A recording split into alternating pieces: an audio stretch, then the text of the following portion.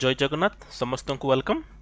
तो आज विषय वस्तुटी हूँ जो आपणकर MPHW फीमेल तो तार जॉइनिंग खूब शीघ्र हम प्रत्येक CDMO ऑफिस रु CSC मान को चिठी हो गलानी जे आपणकर वैकेंसी पोजीशन दिंतु।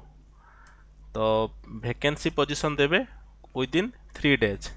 आम डिटेल्स लेटर को एनालिसिस करवा तो केबे पर्यंत पोस्टिंग हो चलतु स्टार्ट करवा लेट करवानी। तो फास्ट टाइम पे जो माने चैनल को आसचंती सब्सक्राइब करंतु कमेंट मध्य करंतु जदि किछि डाउट अछि तो आमे ताकू क्लियर करवा। ओके चलतु प्रथमे लेटरटा देखि नेबा।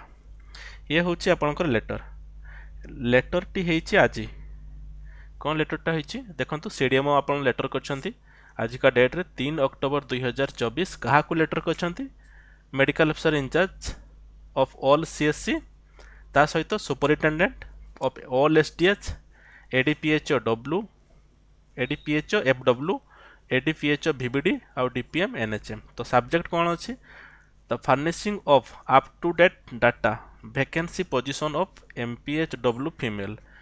तो आपण मानकर कोठी केते वैकेंसी अच्छी ता उपरे से मागिचंती फाइनल डाटाटा जहाँ फल कि से अनुसार आपनकर वैकेंसी पोजीशन आपको देखेबे सिलेक्शन पाई।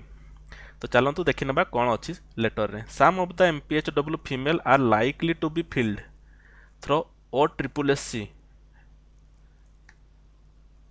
भेरी सुन। ये गोटे वार्ड अच्छी भेरी सुन माने जानी पार्थिबे आपनकर पोस्टिंग केबे होबो जोटा मु आगरु मु कहि सारछि से जिनसटा हेबाकू जाउछि। In this connection of a clear vacancy position of MPHW female is highly required. तेणु गोटे क्लियर वैकेंसी पोजीशन दरकार जोठी आपनकर क्लियर हे जिवो जे एई वैकेंट सब सेंटर गुडा को वैकेंट अछि। In this post in the past some of MPHW female are transferred and posted during the transfer season। जो आपनकर प्रत्येक वर्ष ट्रांसफर सीजन हुए सेठी किछि जगह रे ट्रांसफर मध्य हेछि। It has come to notice some of the understand that although have been transferred but not relieved till yet। तो कौन हेछि सीडीएमओ ट्रांसफर ऑर्डर देइथिले बट से माने सीएससी रु रिलीव हेइ नथिले।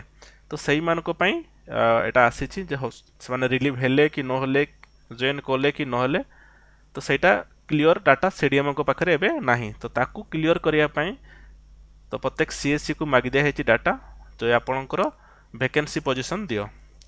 Therefore you are requested to relieve the concern MPHW female who have already been transferred earlier and detail vacancy position in the following proforma within 3 days. 3 दिन मध्य रे आपनकर vacancy position दियो। तो कौन कौन मागी से सीरियल नंबर मागी नेम ऑफ द सीएससी प्रत्येक सीएससी रू जीवो name of the sub centre except new created sub centre. मु आगु भी कही जेतिकी भी सब सेंटर अच्छी पुणी सेतिकी सब सेंटर क्रिएट होगा जाउछि।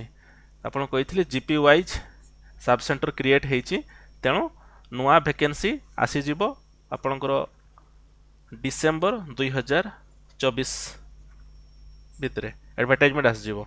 तापर आछि name of the sector name from which the post of MPHW female is lying vacant केते डेट रो आपनकर पोस्टटा वैकेंट अछि MPHW फीमेल रो और रिमार्क। ओके तो एटा प्रत्येक सब सेंटर PSC बा SDH जोठी भी अछि ताकर वैकेंसी पोजीशन से मागिचंती सीडीएमओ। चलंतु देखि नेबा केते सुधा आपनकर जॉइनिंग करि जेथिबे सब सेंटर रे।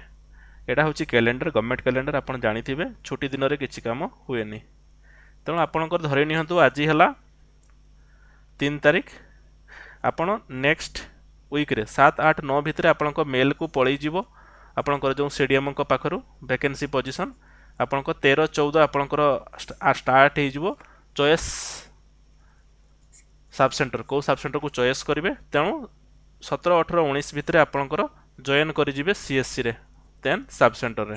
ओके ये हूँ फाइनल इनफॉरमेशन जोटा आसला मुझे आपको जनईदेली।